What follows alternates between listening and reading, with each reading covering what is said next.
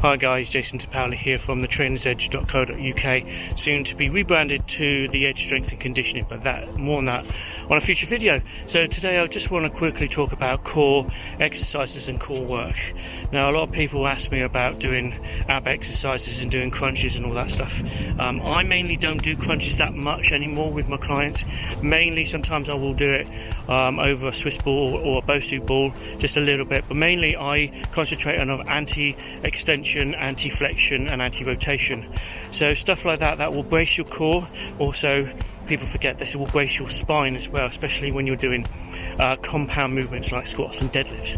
So that will help brace your core when you're doing those exercises. So anti-flexion, anti-extension, anti-rotation, stuff like dead bugs, pull-off presses, side planks and stuff like that will get your core a lot more stronger. And then you can think about getting that six-pack later on when your nutrition and diet's right, and that's when you're going to get your six-pack or whatever you're going to look for in the future. So I might do a more detailed video on this in a later date, but that's my little 2 pence worth on core exercises. I'm Jason Tapowley. Please like and share this video quickly, and I'll see you on another video coming soon. See you soon. Bye.